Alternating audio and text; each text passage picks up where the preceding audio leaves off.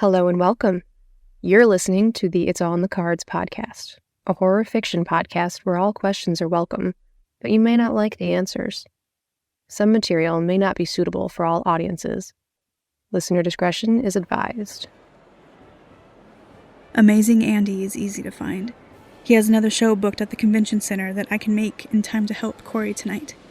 Apparently, the hypnotism is only one segment of a larger show that includes acrobats and other magicians, though Andy made sure to shake everyone's hand upon entry.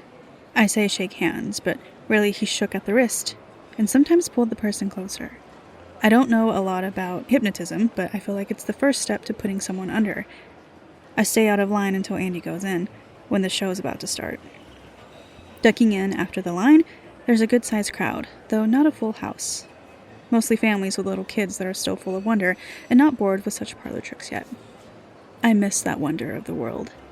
Now most days I wonder how many customers I'll have, and if their rage will finally turn me into an empty shell. Oh, and pepper on if I'll fail Sam again. That's a new fun one. I guess in some aspect also if I'll fail the coven. That's one I hadn't considered in a very, very long time. Most of my adult years were spent on finding a way to burn it down. My, how times change. That burn-it-all-down attitude comes to mind with tasks like this, as I sit and wait for Andy to come on stage to see exactly who I'm dealing with. I mull over just swallowing him down like I do all the other miscreants who have the misfortune of crossing paths with me. I could use the energy boost as well, what with all the coven stress and now the truth of my mother weighing me down, not to mention my deadbeat dad deciding to darken my doorstep earlier this evening. I could have gone my whole life without ever seeing him again and been just fine. But I won't be a coward for the simple fact that I left him locked in my shop. I'm not about to avoid my own sanctum just to avoid him. I should have kicked him out while I had the chance. The stage goes dark as Andy and the stage crew set up his props and equipment. A large screen serving as a backdrop lights the stage. A very abstract pattern of colors and shapes move across the screen as an introduction comes over the speakers. Good evening, ladies and gentlemen, children of all ages. Are you ready to have your mind expanded? Do you think you're up for the challenge to let go of what you think is possible and embrace the impossible? Let's embark on a journey of adventure and see where we go! The lights come up and Andy walks out onto the stage. He's dressed in a nice black and white suit with white gloves and a monocle rimmed with a green neon light decorating one eye. A few dancers in black sweatpants and black t-shirts come out and perform. They also wear neon lights, strung either on a mask on their face or linked to their arms and legs. Andy comes closer to the edge of the stage. I am the amazing Andy, and with me is my mesmertrope. Please give them a loud round of applause. The louder the crowd, the better the performance. Mesmer Troop? I'll have to mention this to Silas. I wonder if his stage name is trademarked. It would be funny to start a fight over that. I don't pay attention to the dancers. I pay attention to Andy and his effect on the audience. The children look captured by the dance, big smiles on their faces, and some adults also look like they're paying attention, but a few adults look slack-faced. Either they're bored and spaced out in their own head, or Andy's already setting them up to be open to suggestions for hypnotism. Or hell, worst case scenario, they are already hypnotized. Guess we will see how far this act goes. The dancers stop. The music turns into a new tune, and Andy starts his movements across the stage. Who would like to join me for my adventure? Any volunteers? I thought it would be like pulling teeth to get volunteers to hop on stage to help him, but as he asks for volunteers from the crowd, one hand passing across the stage, a little twinkle from some reflective surface on his suit, or perhaps hidden mirror, acts like a beacon. With that twinkle of light, several people stand. How far down the rabbit hole does he take this trick? As people clear out to go upstage, I see a familiar face. Lieutenant Shaw sits in the audience, who must be with his wife and children, the whole family watching the participants head up on stage.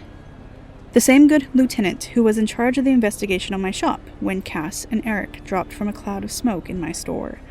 He knows I have a knack for finding trouble and getting rid of it, though exactly how I get rid of it he hasn't figured out yet. From Roz vouching for me and what dirt he was able to dig up on me, he thinks I can be an asset. Although he hasn't called on my help yet. I don't blame him. when all I have to offer are answers by means no court will permit. But this could be fun. I move into the now empty seat behind the lieutenant while Andy transitions to the next bit. I don't say a word, but I press my energy onto him, suggesting to him to turn around. When he finally does, his face is cast in shadow, but I know he can see mine by the glow from the stage light. Hello, Lieutenant. You look like you're off duty, but would you like to do some good tonight? Jade, surprised to see you here. I'm here to help a client stop an abuser. As you said and can see, I'm off duty with my family tonight. But if we let the amazing Andy go tonight, he may move on to another town and do the same thing. He looks at the stage, then back at me. What has he done? I give him the shortest version of Corey's claim that I can. He shakes his head. Jade, absolutely none of that will hold up in court. Which is why Corey came to me instead of you. But I'm just telling you. I'm confronting him tonight about it. Just thought you may want to back me up. No off-duty cop wants trouble. No one wants trouble, period. But trouble will find them if it wants. And just how exactly do you plan for this all to go down? Oh, joy. I do believe the good lieutenant will offer some help. In a way that you can actually take him in.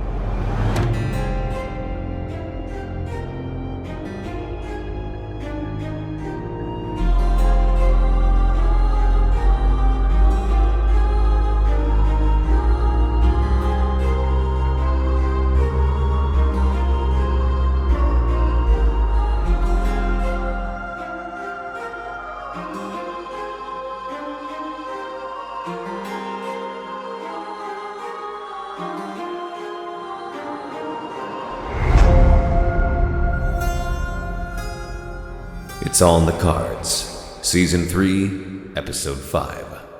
The Hierophant. I wait until the show's over and the amazing Andy is making his way to his car before I make my move. The parking lot is far from empty, but the rows and rows of vehicles play to my advantage to help me sneak up on him. He's actually shorter than he looks on stage, which means I'll have the pleasure of looking down on him and towering a bit over him. Perfect. But he's not alone. I recognize one of the women from the audience tonight trailing him, and another man carrying a box. Innocent looking enough, but they still have that vacant stare on their faces, like robots waiting for commands. This might be a bit easier than I thought. I push my energy out to all three to assess the situation. I haven't ever played in Hypnotist's backyard, so I'm curious to see what turns up. I wouldn't be surprised at all if Hypnotist needs some metaphysical ability to entrance people. We're fixing to find out. I taste their souls, their living energy. The man with the box tastes sweet, full of optimism and life. The woman like a strong whiskey. She's seen some shit, but came out the other side the better for it. Andy is surprisingly sweet as well, but a bitter sweet. A need for life tainted by the corruption that comes from being willing to play dirty to get what you want. I've tasted it plenty of times before, but not as strong as he tastes. But their living energy is just that. There is no magic to any of them, though I do find it curious that I only feel Andy's emotional energy. The man and woman are as blank on their inside as their faces on the outside. Living bodies, but no one's home. I wonder how that can be. If Andy actually cooperates, I might have the chance to ask him before shit hits the fan. The amazing Andy. Looks like you're not the run-of-the-mill hypnotist. He turns, startled, but once he sees me, he sighs in relief and smiles. He takes me for a fan, or he just isn't intimidated by a woman. That's his first mistake. Appreciate the feedback, miss. I do try to put on a show along with my sessions on stage. Sessions?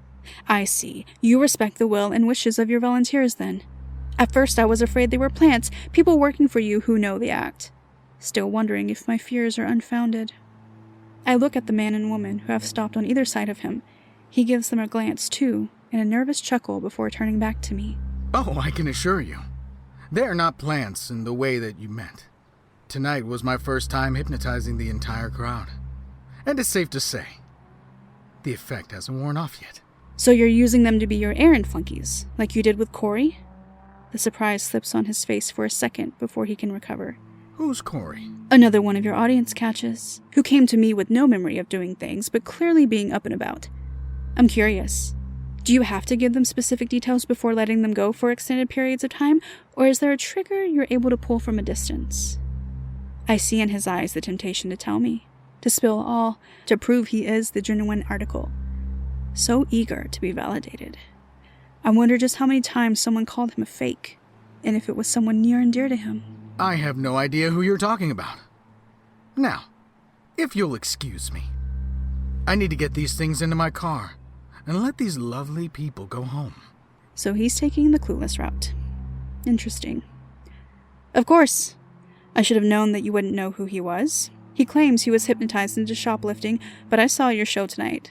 There's no way you could have actually taken over his mind to make him do anything. I turned to leave, knowing the thorn I threw in his side would fester. Sure enough, I don't even make it a car's length away before I hear his footsteps pounding behind me. You don't know what you're talking about. If you actually saw the show, you saw all of those people on the stage.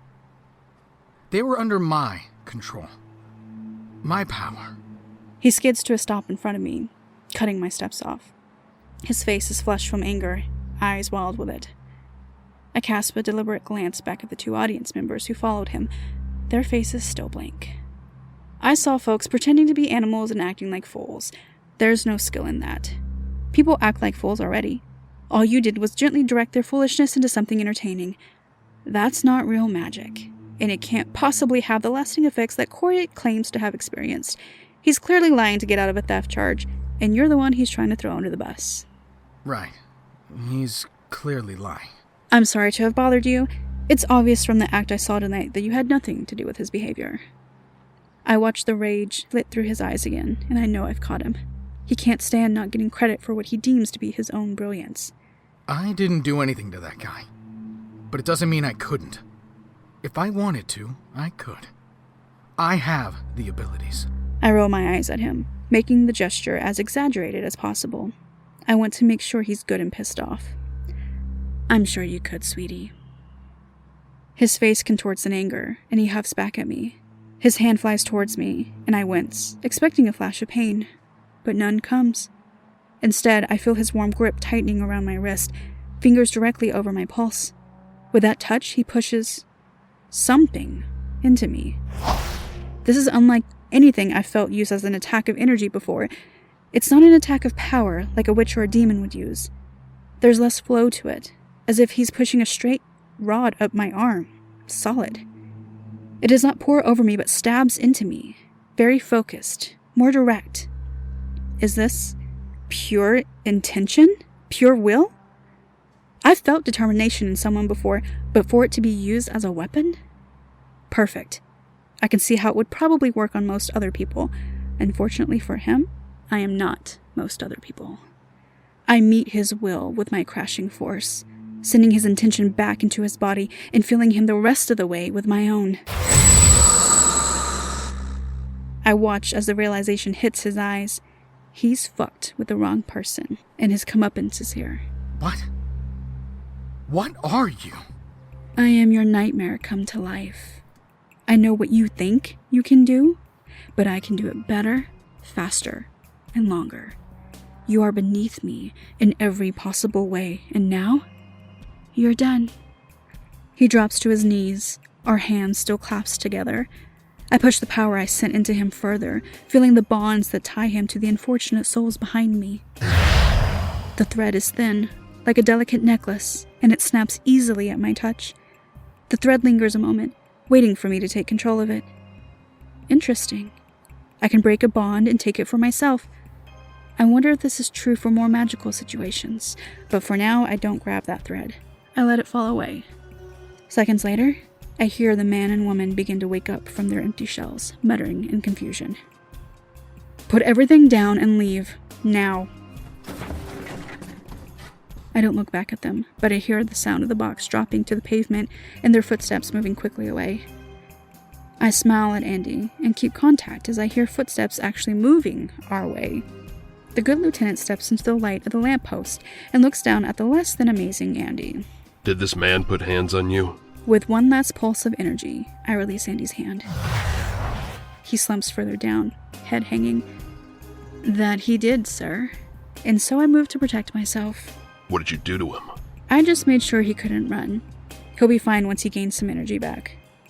The good lieutenant stares at me as if he's deciding whether or not to trust me. Look, I did less harm to him than a taser does. I believe you, but I still don't like it.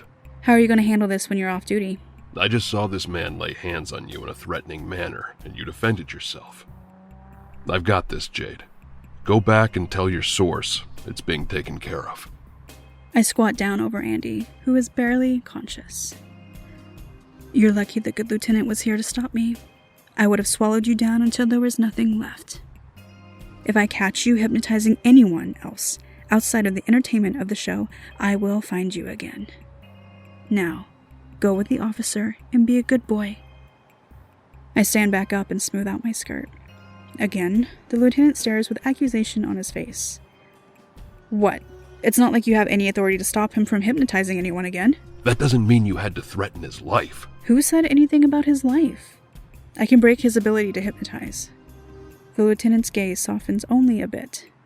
Can't blame him for that one, as that's not confirmed truth, but he doesn't need to know that.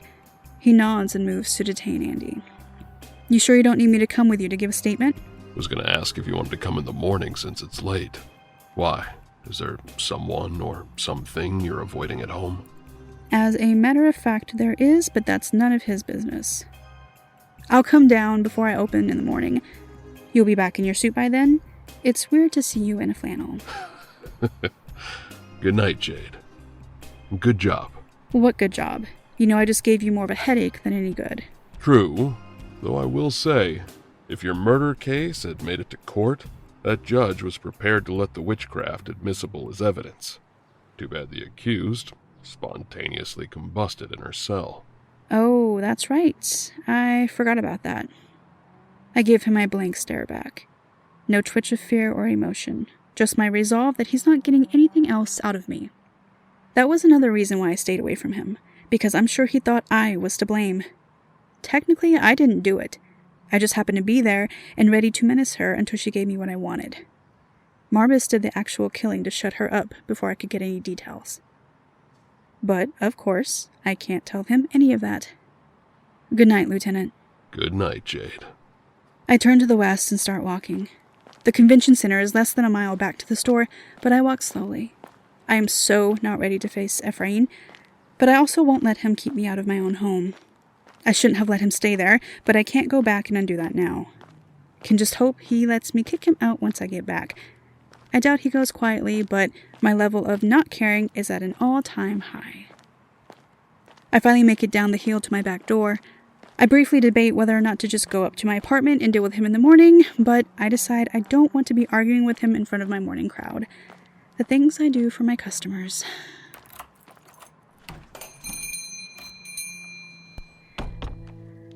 He helped himself to some coffee. Of course he did. The old fart sits by the window, his mug shining in the moonlight as he lifts it to his mouth. I fling my keys onto the counter. Okay, if it's cash you need, I don't have much. I get by just fine, Jade. Have for years. You look like you've been doing pretty well yourself. You're not here to catch up like it's just been a few weeks. Cut to the chase. Why are you here? Why now? He sets his mug down on the table and runs his finger around the edge of it. I was sent here. What, by God?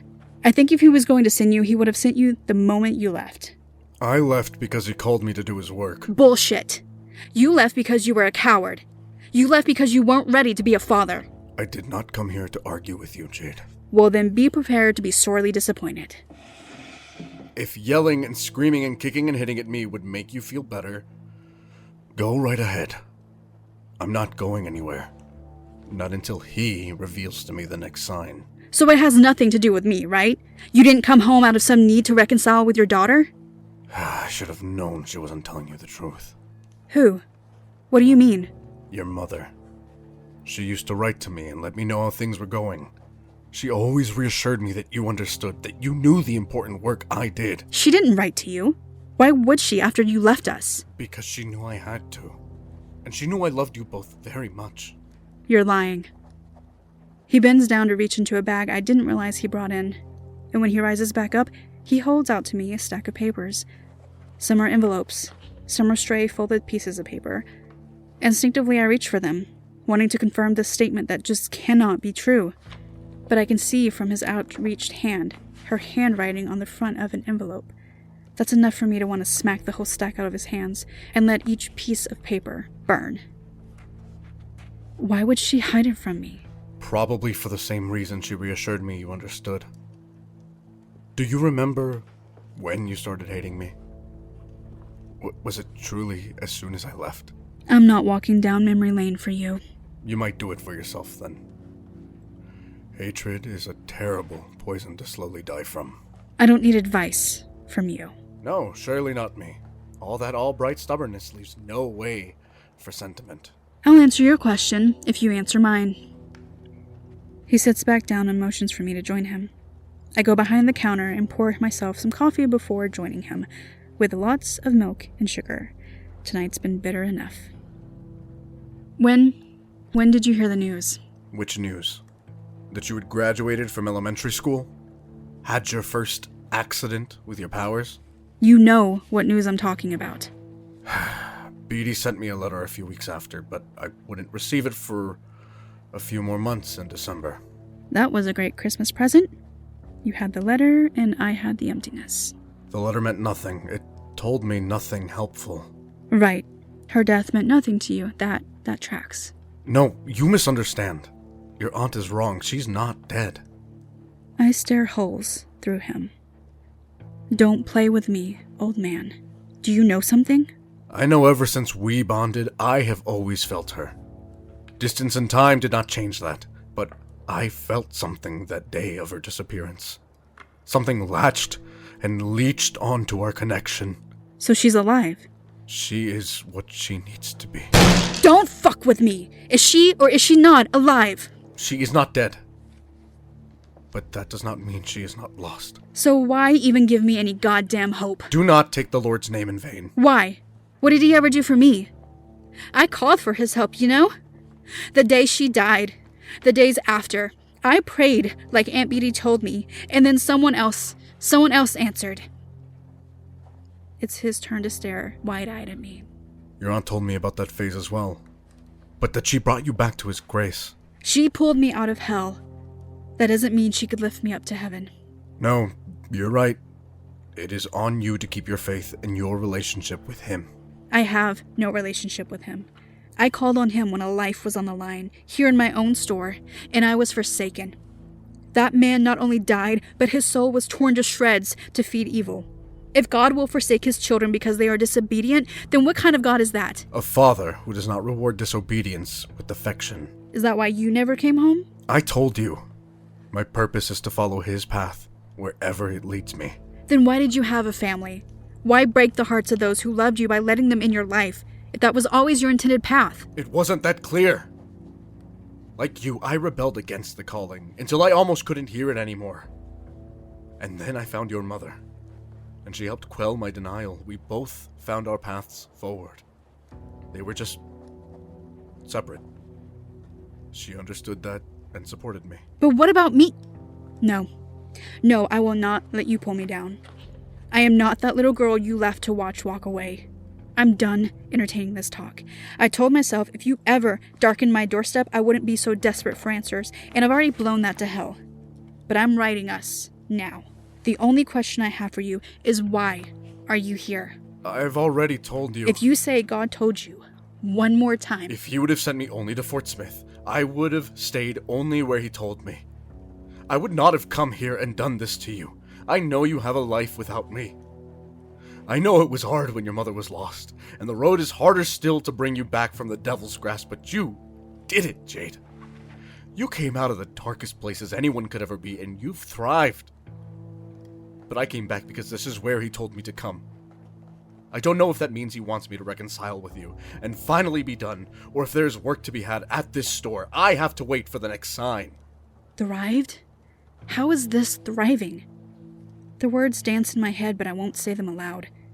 But that 6-year-old girl who watched him board that bus and never come home is still inside me, and her voice will not stop until I ask her question. You really wouldn't have come for a visit?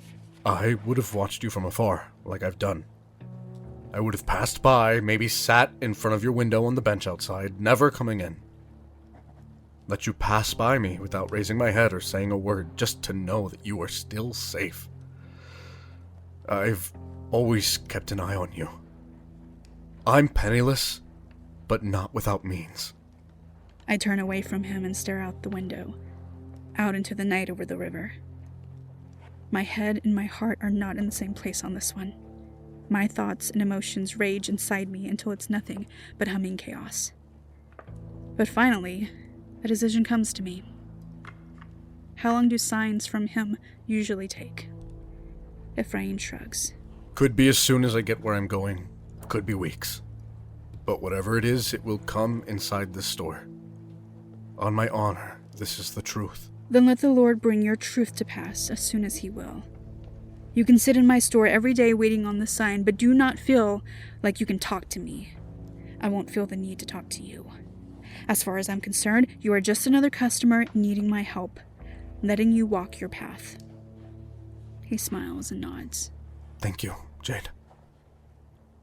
Is it okay if I sleep in the storage room? I see the cot is still in there. Knock yourself out. My aunt says I'm as stubborn as my mother, but I see the resolve in Ephraim's eyes. The truth he's given me tonight is hard to swallow in some ways, but in others, I understand exactly what he means. He's doing what he has always done, no more or less. He's dedicated himself to this path to do the higher good, no matter what loved ones it hurts. I hate that I know what that dedication means, and I hate him still. He chose it over us. He chose the calling over his own wife and child. That devotion to a deity, I will never know. I've seen hell, and it will most likely be the place I return when it's all said and done. But that will not stop me from allowing him to be what he's always been. He's not asking me to change, and I'm not asking him. But I'm also too suspicious of others to trust even his genuine words. I grab my deck from beneath the counter as Ephraim makes himself comfortable in the storage room. I ask the cards one simple question. Is he lying? The Hermit. Of course it is. The one time I need a clear yes or no, they deny me. Well, guess I'll find out one way or another. I may get more than I asked for, but isn't it always that way?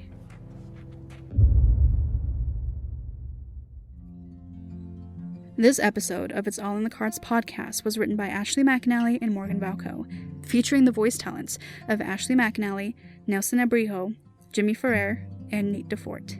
Theme music produced by ThaArsonist, episode produced by Scott Thomas. Don't forget to check us out on Facebook, X, and Instagram. Links in the show notes. Be still, the mountain that keeps the darkness in.